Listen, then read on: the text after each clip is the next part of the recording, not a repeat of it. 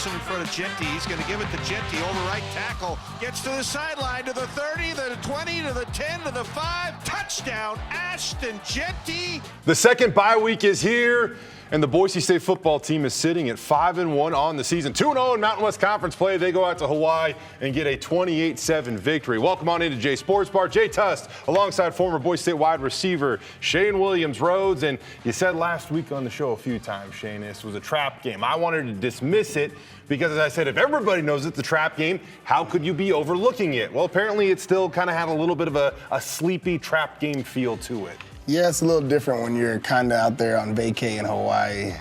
It's kind of hard to lock in.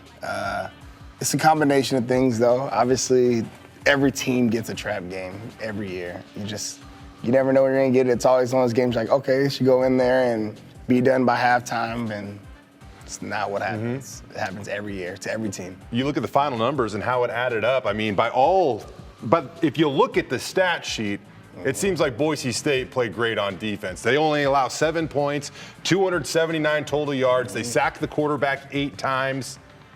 But I don't know if seeing was completely believing. I want to get into the defense, but we're going to do that a little bit later in the show.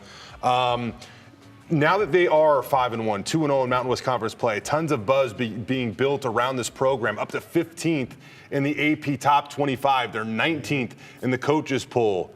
I mean, how much fun do you think these guys are having right now going into this bye week? Winning is fun. Yeah. And bye weeks are even more fun when you come off of a win.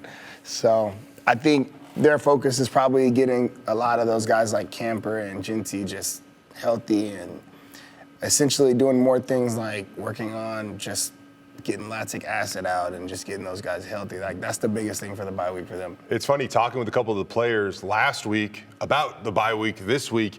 And there were a couple of guys that said, like, nah, you always look forward to playing on a Saturday. So we've kind of already had a bye. Oddly, I'd rather almost be playing, but they'll take the bye because this is, by all means, going to be a really, really long season. Right now, Boise State is in the driver's seat to earn the Group of 5 seat at the college football playoff. If they were to go to that and even win a game or two, then Shane, this is going to be a really long, drawn-out season due to their success. So a bye week now seems like an awesome time to have one. It is. It's a really good time to have it. And now you just go out and you got a 6-game stretch. Just got to go get it done. Got to see how many games we could put away before halftime. Ashton Jeanty, another big-time effort out on the island. And I said last week on the show that I felt like it was going to be another one of those games where you were going to be able to rest Ashton for a majority of the second half. That was not the case.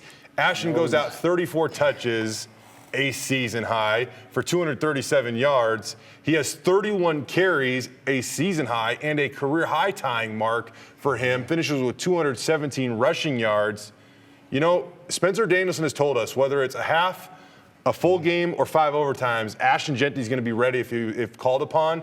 Man, did they need every one of those 217 rushing yards for them to really control that second half and kind of put that game away eventually. Yeah, was just curious to see how his shape would be because he hasn't been used to carrying the ball so many times. So it was good to know that no matter what, he was ready to go. Something that stood out to me the most was that we got him involved in the pass game. So that's something that's really good to see, especially in the red zone, because your boxes aren't going to just be stacked. It's going to be zero. They're going to be in zero blitz. They bring in everything. So to get him out in the flats is really smart. Love what Dirk is doing there. We just got to keep building. Yeah. 3 catches, a season high, 20 yards receiving on 4 targets for Ashton Jeanty, who was, he was really explosive in the pass game last year, especially on screens. They haven't really, dove into that too much, I'd say, this year. They haven't really needed to, for that matter, but we will see how that, trends moving forward. Maddux Madsen, another efficient day, 17 to 25 for 217. I want to get to him and talk about how he is the highest rated QB in the Mountain West Conference. But does that truly mean he's the best QB in the Mountain West Conference? But to begin, during a bye week, it gets a little quiet, right? So how do you generate buzz? And it's talking about Ashton Jeanty's Heisman campaign, right? Yep. And it's not just here in Boise, it's more everybody nationally even almost talking about it. The thing that I think is funny, Shane, Ashton's now kind of getting the Kellen Moore treatment from Bronco Nation. If anyone slandered Kellen Moore at any point in time, Bronco Nation was ready to go up and fight anybody, right? No, he went 50-3. I don't care that he didn't have the strongest arm. He thought ahead of everybody, knew where to go with the football. 142 touchdown passes. He was the best. Now, if anybody comes at Ashton Jeanty, it's like, okay, let's put on the boxing gloves. If you want to do this, we can do this. And most of the time, I feel like Bronco Nation is justified defending Ashton Jeanty. I agree, because with the Heisman talk, you get all or nothing. They're either saying he's not in a good conference, he plays nobody, or they're saying best thing since sliced bread. So it's no in between. Everyone's either he's like gonna win it, or they're like, no, he doesn't deserve it. So the Heisman odds right now, and these were posted right after, basically Sunday morning, right after the game. Ashton Jeanty was the odds-on favorite to win the Heisman Trophy. The money line on him is plus 175. For those of you that don't know, if you were to bet $100 and Ashton wins, you would win 175 net dollars, right? Back at the beginning of the year, Shane, he wasn't even on the board. I mean, you get Ashton at like 300 to 1, right? Yep. Meaning those are unbelievably different odds if you bet on that. Yes, they are. So if you would have bet $10, you could have won $3,000 if you would have comparatively, right? So the fact that now his Heisman odds are down to this is just insane. He's plus 175, Dylan Gabriel plus 375, Cam Ward plus 600, Jalen Milroe of Alabama plus 1,000, and then Travis Hunter from Colorado at plus 1,100, or 11 to 1 odds for Travis Hunter. So you're right, and there's a lot of people that are kind of knocking Ashton because of the conference that he plays in or whatever. The thing that I think is funny about that, we're so early in conference play, why does that even matter? He's played Washington State and Oregon in this short span and pretty much torched both of them. Yep. I agree. Most of the people you get that say he doesn't play anybody didn't realize that he ran for basically 200 yards against Oregon, or they didn't watch Washington State, where he just obliterated him. 259 yards rushing in that game. Yeah, and so it's funny to see. And usually if you go to the comments, first thing you're going to see is someone who's a Bronco fan who says, well, he did do it to number 2 Oregon, and he did outrush both Ohio State running backs who played against Oregon, and it's just a lot that goes into it. Yeah.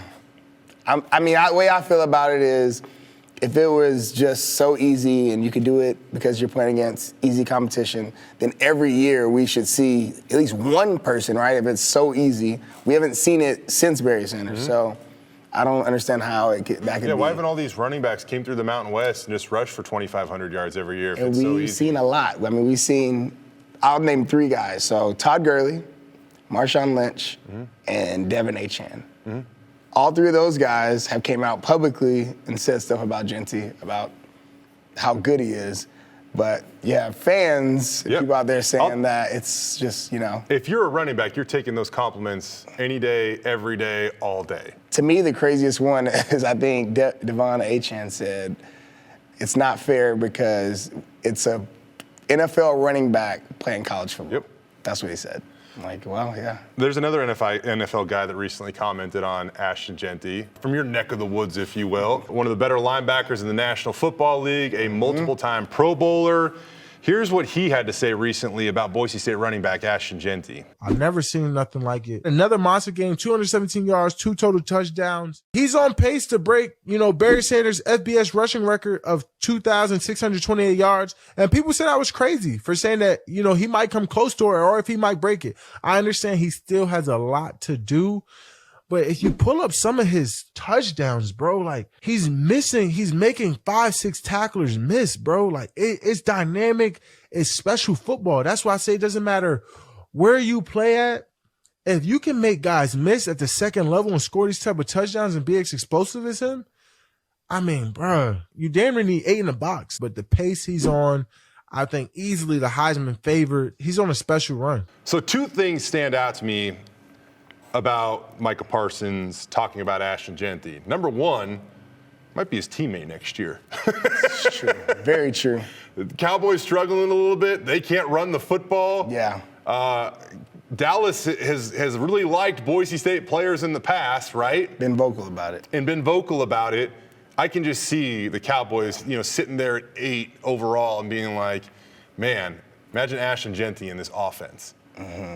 Yeah, I don't like that. Not a Cowboys fan. I agree. I mean, I'm not really either, but Not good. yeah, I would love to see him wearing a Seahawks jersey next year because, boy, could we use him up there in Seattle, especially during this last 3-game run.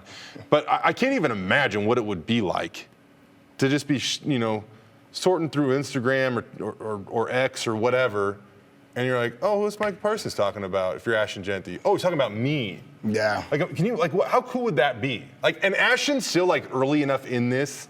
I feel like he's still early enough in this where that's still got to be cool. Like, there's going to be a time down the stretch where everybody's talked about him so much where maybe if he doesn't even stop and think about it.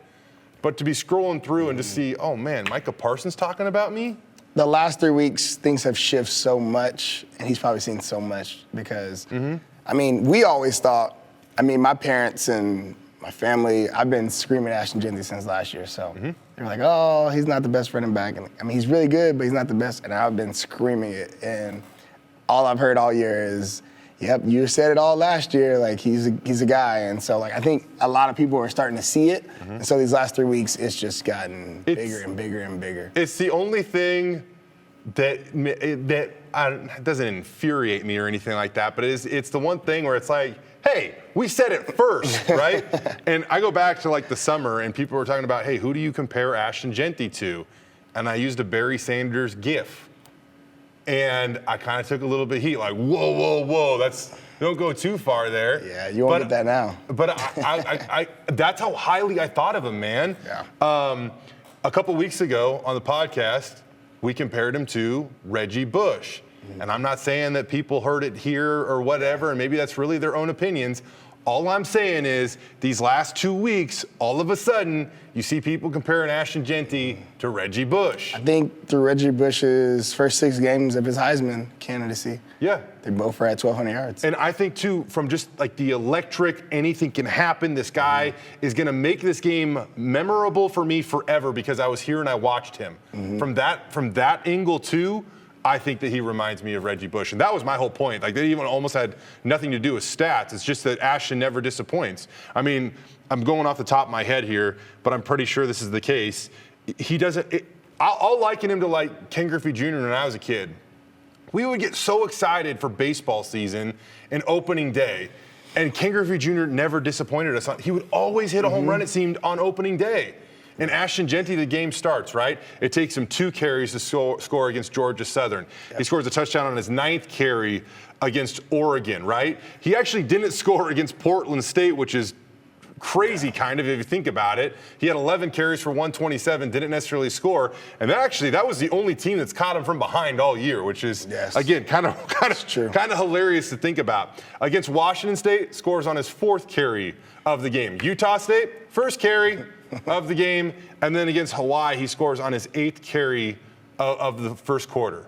I mean, he always has this wow factor, and it takes him very little to reveal it. We're never waiting until the 8th inning, a baseball analogy, or the bottom of the 9th to see if he'll do something cool.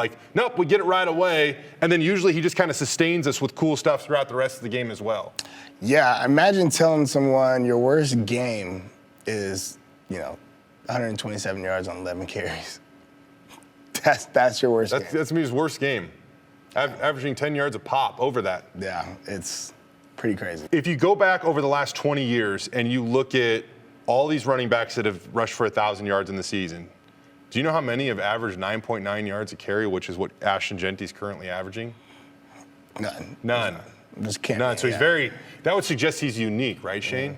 For sure. Very unique. I think that shows that he's unique. For sure. There's another Heisman contender that thinks that Ashton Jeanty's just another good running back. Take a listen. And I want you to know that I don't want y'all to shy away from speaking that stuff into existence. I don't think that you can't win it. I definitely think you can win it. I know I can win it, but Robert I don't know. Couldn't win it either. I don't know who was there. I mean, y'all see Ashton Jeanty, but it's not like we haven't seen a running back that's good. All right. We haven't seen a player that plays both ways, and I'm gonna keep saying that. It's like he have 95 carries. Yeah. For 1,000 yards. Yeah. If I had 95 catches, how much yards you think I have? Okay. So I'm trying to tell him, if I had 95 targets on defense, what you think I'll have? Right. If I had 95 catches on offense, what you think I'll have? So I try to tell you, I have he got double the touches I got on the offensive side of the ball, and I still have defensive stats that's still crazy, and we only in week 6. All right, first things first. Travis Hunter is elite, phenomenal. It's hard for me to say. I mean, it's not even hard. I can't say anything bad about him as a football player. He's crazy good. Yep. But I don't love his take on Ashton Jeanty. Just another good running back. We've seen good running backs before.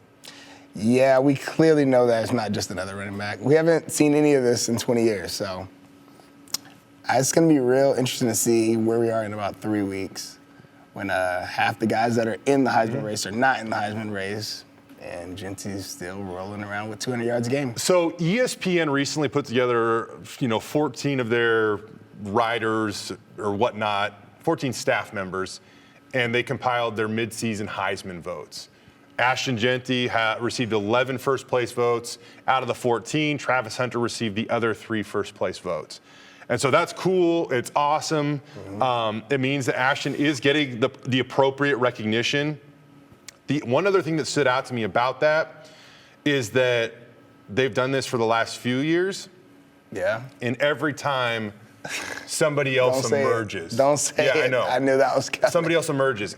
My one concern with Ashton has nothing to do with him, and it's just everybody likes the new shiny object, right? And so is there going to be somebody that comes along that everybody falls in love with? The last 4 games. The last 4 games of the season. And that's my one concern. Yeah. You look at Quinn Ewers from Texas, kind of an outside shot right now, not even really on like a lot of Heisman favorite boards at the moment. It's some games. But he's perfect. Texas hasn't lost. They're in the SEC. If they get through Georgia this week, I mean, the SEC champion that goes undefeated, that's in the state of Texas, that plays quarterback there, that guy's going to get a ton of recognition. Yeah, but we've been in this predicament before. What's that? Vince Young did the same thing, and Reggie Bush won it. Okay, another West Coast guy. Vince Young goes on to win the national championship, though. Okay. We've been here before. Well, obviously, Ashton Jeanty would, I think Bronco Nation would be cool with that. We've been here before. Yeah. Getting back to Travis Hunter, again, he's a phenomenal athlete. And I don't even like this argument because it feels like you are kind of slandering somebody else. And that does not deserve to be the case here. Yeah. Right? Again, Travis Hunter, elite, phenomenal. He's kind of one in his own way. But Ashton Jeanty, again, as you just said, like we haven't seen anybody like this in almost 40 years. I mean, he's on pace to break Barry Sanders' record. Not only his rushing record, but his touchdown record.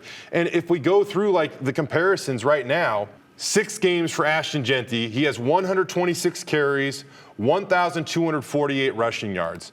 When Barry Sanders won the Heisman that same year, through 6 games, he had 155 carries, 1,156 rushing yards. So about a 30 carry advantage over Ashton, to where Ashton has about a 100-yard advantage over Barry.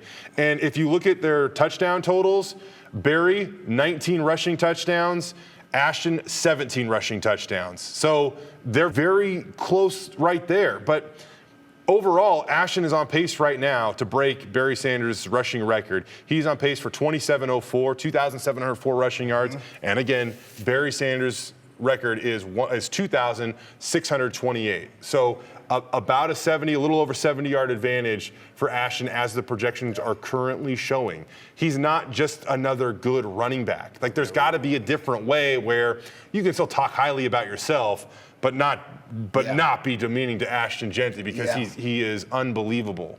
I think I could maybe understand where Travis Hunter and everyone else, where they're coming from, if he was getting 35 and 32 carries every game. So obviously a big volume. His volume is not huge at all.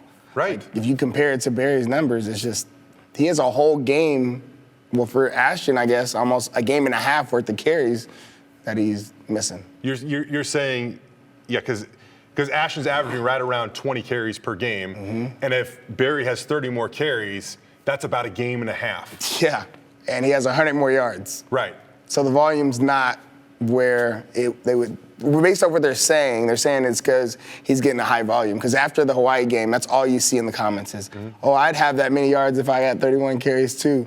Well, you probably wouldn't, but it's not normal. That was his season high. He's more flirting around 23 and 20 and 19. Another thing that Travis Hunter mentioned is that if he had 95 catches, imagine how many yards he'd have. We don't even have to imagine because there's this little stat out there called yards per catch, and math isn't that hard when it comes to this. He's averaging 11.98 yards per catch. You know what's not normal? You know what's not normal? To have 1,031 rushing yards off 95 carries. That's not normal. Very true. Over 10 yards per carry on his first 100 carries of the season.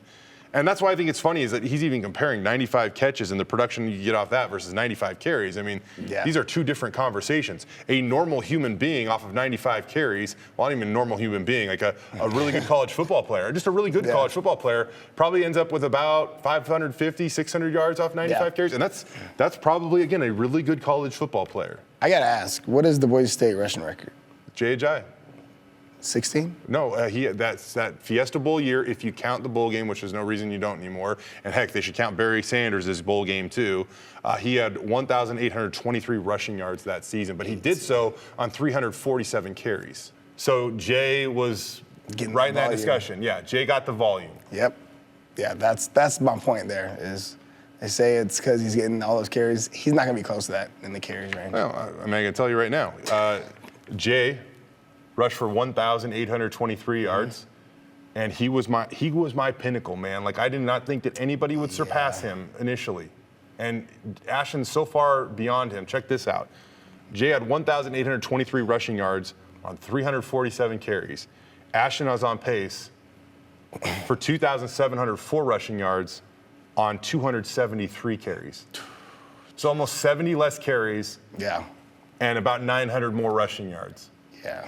It's different. It is different, and that's why it's just silly to say, like, he's just another good running back. And meanwhile, as we already heard from Micah Parsons, you got an all-pro NFL linebacker saying he's never seen anybody like Ashton before. Yeah, that's what they're all saying. It's going to be really interesting, especially after the Heisman and all this stuff goes through on where he ends up in the NFL. Mm-hmm. There's another NFL great that recently chimed in on Ashton Jeanty. Keyshawn Johnson, one of the best wide receivers to do it, had this to say about Boise State star running back. Like Ashton Jeanty, who I saw last year in the LA Bowl. Not going to happen. He has 1,000 yards already. He could have 16 touchdowns, yards. They're 11 not yards giving per the carry. Heisman Trophy to a Boise State running back. They gave Not going to happen. They gave it to a Baylor quarterback, and they were, what, Yeah, 8 but and 4, Baylor 7 and 5? isn't Boise. A little different. Yeah, that was an Those interesting stats are a one, little though, different. because I was Andrew Luck almost the whole season. At the end, I flipped to RG3 because I thought to elevate Baylor, that was really an accomplishment. Baylor versus Boise State, just the name alone, and Boise State is coming from a lesser conference than Baylor. Baylor was in the Big 12. It's just a bigger deal. To me. I agree. I don't have a vote. Yeah, no, I agree. I think it's going to be hard for him to convince enough voters with that schedule. But what if he breaks? Think about Marshall Faulk. Yeah. Marshall Faulk didn't get it at San Diego State. I love Marshall Faulk. It was because of San Diego State. Well, I thought Christian McCaffrey got robbed in 2015. I think Derrick Henry's a great player, and I had him second. Alabama versus Stanford. Yes. That's what I'm saying. All these people you're talking about have lesser stats than Jeanty had in the first 5 games. Okay, so let me ask you this. What if he breaks Barry Sanders' single-season record, 2,628 yards? He's still going to hate. No, I'm not hating. What if he surpasses 26-28? Barry Sanders did it at Oklahoma State, though. You're right. That's my whole point. Even if it's the university. That's all it is. It's the university. So you heard in there Keyshawn Johnson bring up Marshall Faulk's name. Now, I mean, at the NFL level, come on now. There's few that have ever done it better than Marshall Faulk. He played at San Diego State, and in 1992, he finished second in the Heisman Trophy running. Number 2. If you compare what Ashton is doing to what Marshall did that year, you need to find better perspective. Ashton already has more touchdowns through 6 games than Marshall did in all of that season. Yep. And on top of that, Ashton is on pace for about 1,000 more rushing yards. 1,000 more rushing yards than Marshall Faulk had in that season. Yeah, I think people have a hard time comprehending it. Yeah. They do, because all Keyshawn wanted to do is focus on the name on the front of the jersey. And yes, that means something, but I also think that you run into this rare, moment in college football history where you have a guy that is just going to obliterate records, and you have to appreciate that. Yeah. And again, it's not like he's doing it, as you've mentioned a number of times, Shane. It's not like they're giving Ashton Jeanty 400 carries this season. No, he's doing it because he's averaging 9.9 yards per carry. I know Keyshawn clearly doesn't watch Boise State play, but the fans have been calling for more carries and for him to play the whole game. Meanwhile, we're just resting him, and our focus is to get him through the season, so he's available. I mean, if you really wanted to get caught up in ifs, if you had 95 catches, and if you had a different name on the front of your jersey or whatever, I don't know.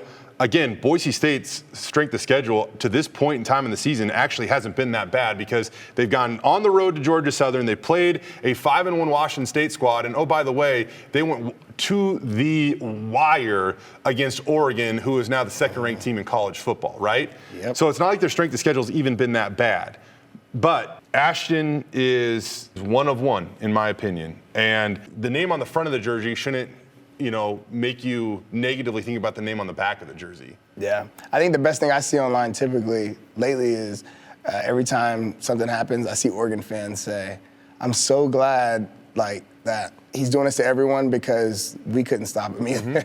They are literally giving him his flowers. It's much appreciated. There was somebody last week that said, oh, yeah, if you take away Ashton's 3 explosive runs against Oregon, he didn't even do that good. He still would have had 22 carries for 80 yards or something, which, I mean, against Oregon's defense this year, that actually probably would have been pretty darn good. Ashton Jeanty is elite, and he deserves to be recognized, and he deserves to be a Heisman frontrunner at this point in the season. So we'll see if he can keep it up. We are a long ways from home. So much can happen. Right now, there's nobody from the SEC that's really in the mix at this point, or at least in those top 4 odds. It is Dylan Gabriel and Cam Ward and Ashton Jeanty and Travis Hunter. At least that's what the updated odds say. But you just figure at some point in time, Jalen Milroe, Quinn Ewers, there's going to be somebody out of the SEC that's going to put their name in the race. And if that happens, that's going to be tough to overcome, because it's the SEC. It's coming, and what sucks is this week is a big week, because what he needs this week is just for everything to kind of go smooth. Yep. We don't need any Heisman statements to happen this week, because those odds switch real fast. I mean, Travis Hunter was at number 2, I think, last week. Now he's at 4 or 5. So he did. So he got banged up a little bit, and that's why I think his odds slid. Also, Colorado lost. And in order for Travis to win the Heisman, I mean, Colorado still has to do something as a team this season. It's not like they can just go 7-5, and that's going to be enough for Travis Hunter to win the Heisman. I mean, if we want to talk about the name on the front of the jersey, that's probably the relevant argument is, are you helping your team win games? Oh, yeah. I mean, if the Heisman Trophy, you feel like if it means MVP, show me another player that's even close to more valuable to his team than Ashton Jeanty. For sure. It should be done if that was the case. Yeah. We know who that is, clearly. Clearly. So it's going to be an awesome, final month and a half of the season. And Boise's on a bye this week. They go to UNLV next week. I think we're going to see Jeanty unleashed again against UNLV. The Rebels have a very good run defense. One of the best linebackers, I would say, in the Mountain West. But let's go beyond that. In college football, Jackson Woodard's a freaking stud. He is really good. And if Ashton's going to, continue to be a Heisman frontrunner, Boise State has to win. That's a big game for them. And I mean, you could argue the biggest game left that we know on the schedule at this point. Competitively, yeah, because I think Oregon State went down this past weekend. Yep. That big little city. But yeah. Jeff Choate, man, getting the boys ready to play down there with Nevada. That's a game that I don't think anybody should sleep on here. And when the schedule initially came out, I mean, you are looking at programs like Nevada and New Mexico, and you're like, oh, what a great way to wrap up the season. But Jeff Choate is going to have those guys playing. He already has them playing so hard. They're going to come to Boise just ready for a fight. You're going to get a 2009, 2010 type Nevada team. I agree. And then Bronco Mendenhall has New Mexico playing pretty good. They're putting up points on offense, and I think the thing that scares me about New Mexico is they don't take negative plays on offense. Like, they're one of the best at preventing negative plays. And Boise State right now on defense, they've been good at generating those. But that kind of scares me because an offense that stays on track kind of remains dangerous in my opinion. But let's talk about the guy that, oftentimes joins Ashton Jeanty in the backfield. Maddux Madsen, the quarterback of the Boise State football team. His quarterback efficiency rating now up over 152 this year. Again, holding down the top spot in the Mountain West Conference. If you include the if you include the New Mexico game from last year, it was his one start last year, Shane. So when you combine that with what he's done this year, Boise State is now 6-1. With Maddux Madsen as the starting quarterback. They're averaging 46.1 points per game, and their one loss was at the buzzer on the road at number 2 Oregon. Yeah. I think the big problem we have here is Kellen Moore is the standard, but he's also like the anomaly. Yes. I don't think they understand that when they say, because you hear the talk, Maddux isn't getting it done, but really if you look at it on paper, he is. There's not much more you can ask for from 12-2 as far as touchdowns and interceptions, unless you want him to be perfect. Yeah. It's pretty. 12 touchdowns this year, 2 interceptions. In his 7 career starts, 14 touchdowns, only 2 interceptions. Almost 1,500 yards passing, so you're looking at right around 210 passing yards per game, and his completion percentage is over 62% in those contests. When you have Ashton Jeanty in the backfield with you, that is winning football. You're not losing the game. Don't turn the ball over and keep the offense on track, make a throw off play action or whatever when you have to. And so far, he's been pretty darn good at that. Like, I know he's not the flashiest human being to ever play quarterback before, but that's also not what this team needs. And I'm sorry to break it to people that don't want to believe us. That other quarterback's not on the roster on October, 16th. He's not on the roster right now. This is what they have. And he puts them week in, week out in the best position to win a game. And on paper, it feels weird to be overly critical about his play.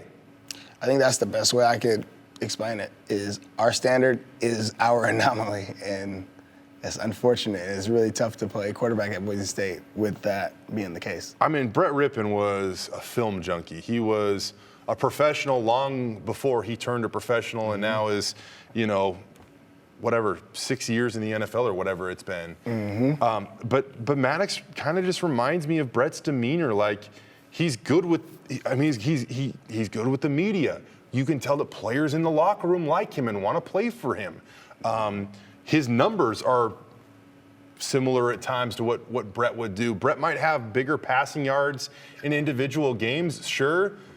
And Brett played with good running backs, but nobody's played with Ashton Jeanty, So he's just a kid that probably deserves a little more respect than he gets from some members of Bronco Nation. And, I don't think that those voices always need to be amplified. The quiet minority that is overly critical doesn't need to be amplified. But at the same time, I also think it's okay to stand up and say something at some point. He might be the all Mountain West quarterback, Shane. At this point in the season, look at everybody else around the league. If you cut the award off and named it today, his numbers would warrant him mid-season, first-team all Mountain West quarterback. And it's hard to argue with it. It's efficient.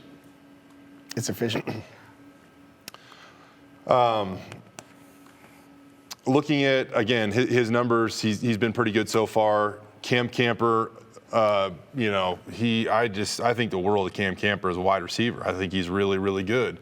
Latrell Caples, he's definitely trying to play through, whatever he's got right now. I still think we saw the full complement of the offense against Utah State. Didn't necessarily feel like they got into that rhythm completely against Hawaii. Back was against the wall for quite some time there. It was, and it just, gosh, man, I tip of the cap to Hawaii for some of the stuff they did too. I mean, you get to that, there was a couple minutes to go in the first half, and you realize, man, Boise State scored on all their possessions, but they had only had 3 possessions, Yeah. And then there was the weird kind of turnaround at the end of the first half where they didn't move the ball well, and they came up a little bit empty. But It's a good and a bad thing, Shane, because it brought me back to my early days when I was covering the Boise State football team, and where 21-point road victories just weren't good enough. Yeah. They're weird. Oh, kind of weird rhythm. Yeah, it was a really weird game. It didn't feel like you guys dominated. Well, look up at the freaking scoreboard. Yeah, if you just look it up, you say, oh, they just, ran away with it. But it was really a dogfight all the way up until about a minute left in the game.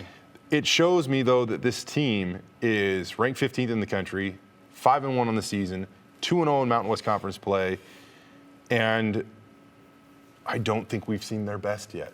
And by all means, I'm really encouraged that they're going to get there with what Spencer Danielson's doing, but I still don't think we've seen their best yet. Could that happen coming out of a bye week? Everybody a little rested, Friday night game.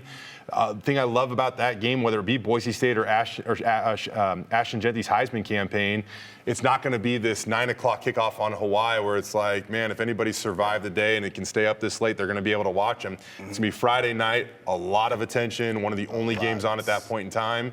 And, Vegas, Boise State, it is going to have a lot of hype. I'm so excited for that game. I can't wait to get down there. It's going to be a big one. So what about this defense, Shane? What can we make about this defense? Because is seeing believing? Do the numbers lie or are they accurate? Right now they have the best pass rush in college football. And I tweeted that out the other day, and I was like, man, can I really claim that right now?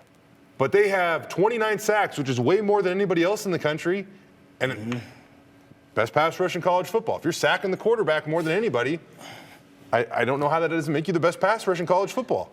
They're getting after it, and I think that stat, typically that stat also helps the back end, as far as turnovers, because guys are getting hurried and then letting it go. But I think in our case, guys are not letting it go. We're getting home. Finishing the job. A lot of the times. And we're getting sacks on second down and first down. So they're really, really long third downs, and I think more of they're taking shots and missing them, or those kind of things, versus it being like a 3rd and 8 and we're sitting at the sticks. It hasn't really been conventional third downs. I feel like it's a lot of 3rd and longs. It does. It is a little confusing though, because you look at it, it's coming from everywhere. Ahmed Hassanin, 6.5 sacks, second in the Mountain West Conference. Third in the Mountain West Conference, Jaden Virgin Morgan, 5 sacks. Braxton Feely, he's already got a career high, 4 sacks. He's 4th in the Mountain West Conference. Shea Oladipo is in the top 10 with 3 sacks. They got 4 guys inside the top 10 in the Mountain West this season in sacks, right? And it just feels like, gosh, man, it feels like that number should correlate with a few interceptions, but it just hasn't at this point in time. And you talk about the standard of Kellen Moore for the quarterback position. The standard of defensive backs at Boise State for me when it came to turning the ball over or getting turnovers, Darian Thompson and Dante Dion. You played with both of them. Yep. What made them so good at it? They were totally different. So obviously with those guys, you had the pass rush of DeMarcus Lawrence, Kamale Correa. So you had really good defensive linemen. But you had Dante, who was really aggressive. So Dante was a guy that was going to jump everything. And so he's a guy, he knew how to eliminate routes based off of formations and spacing and those kind of things. To be a little more clear on that, jump everything. It just makes it seem like, he was a riverboat gambler. But it not necessarily the case though, right? Like so informed, so intentional about everything. He saw the game before the game happened. It was more of how when you watch the Cowboys play and you see Trayvon Diggs, how he gets his interceptions. It's like, okay, he's seen that out route so many times that he's driving on it before the receiver is. So that's how Dante would get his interceptions. Then you had on the other side, Darian, which was total opposite. He was so patient, and that was honestly the worst person to ever do one-on-ones with for me. Really? Because he was so patient, he just waited. So like if I'm trying to bait him to do anything, he won't go. He just sits back there and he waits. And then he's coming late. And so for him, a lot of his interceptions, and if you go back and even look at him, a lot of his interceptions, he's behind the play. So like he's supposed to be the deep safety. He's the deep safety. He's exactly where he's supposed to be. And you got tips, you got overthrows, and he's just in the right spot, exactly where he's supposed to be. He's being patient. He's not allowing people to get behind him. We've had a few times where our safeties do have guys behind him, but He was more that guy, I'm going to do my job and just be where I'm supposed to be, and the game will come to me. And that's exactly how it worked for him. And then on literally the other side of the field, at corner, you had Dante doing the total opposite. He knew where he was supposed to be, but he knew how fast he was, and he knew what might be coming. So he knew he could gamble a little bit because he does have safeties that that are going to stay over top. So it's kind of worked hand in hand versus having two aggressive DBs just fire on everything. You want to talk about greatness that I feel like we took for granted at times. Man, those guys, whew. I mean, they have over 30 career interceptions between the two of them. Yeah. One in Mountain West and 2, or 1 in 3, something like that. And Boise State has won this season. Yeah, it's tough. 6 games in. I mean, those guys, each of them would get 4, 5, 6. I think even one season, Darian had 7 interceptions in a season. Yeah. And now it's looking like, man, can they get there as a team? Can they do that as a team? Yeah, it's just such a different type of defense. And, I mean, it's been efficient for the most part if we look at scores. Stats, they can be a little misleading, but the scores show that. What do you invest in more, Shane? And there's like the outcomes of games have been so different this year. Do you invest in Georgia Southern put up 45. I mean, Georgia Southern moved the ball well on them at times. They did score a couple of late touchdowns. Georgia Southern puts up 45. So I omit Georgia Southern just because if you look at Oregon, same thing with Idaho. It's game 1. Yeah. Everyone's trying to figure out identities. You have all these things going on. So I don't look too much. I think if you play Georgia Southern again, they scored 21 points. Okay, not a little bit 45. different. Yeah. They were also on the field for 91 plays that game. Yeah, it was just a different vibe. So not only is it the first game, but your running back keeps breaking for 60 yards every time on first and second play of the drive. So you're on the field the whole game too. So you're out of shape probably. It's game number 1. You're trying to get in game shape. You're on the field the whole game. It's just a totally different place. So Utah State, Aggies score 30, over 500 yards of offense. So we brought up like their 2 worst performances. Portland State is kind of a non-factor in this whole situation. So do you believe in Georgia Southern and the Utah State performances, or do you believe in Oregon, where the defense only gave up 23, less than 400 total yards of offense? Washington State had 17 points with 22 seconds to go. Hawaii scores 7 points.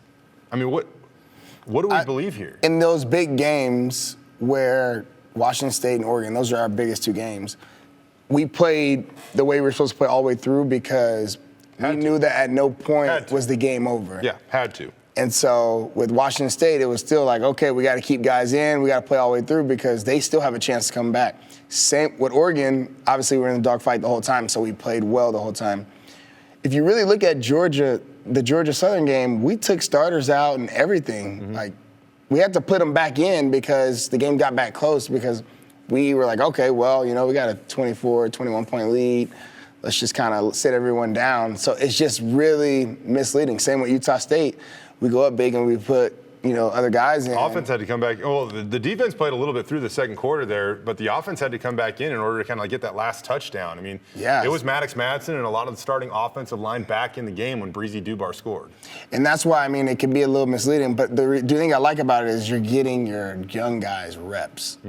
So if someone is, happen to go down, we have someone who's been in the game, they've gotten reps. So I'm fine with the stats being skewed because of getting experience in. Because at the end of the day, it's a win or loss. And Ashton Jeanty and, not having to play the second half at times, I think whether it be him or some of his other teammates, this could be the longest season in Boise State history.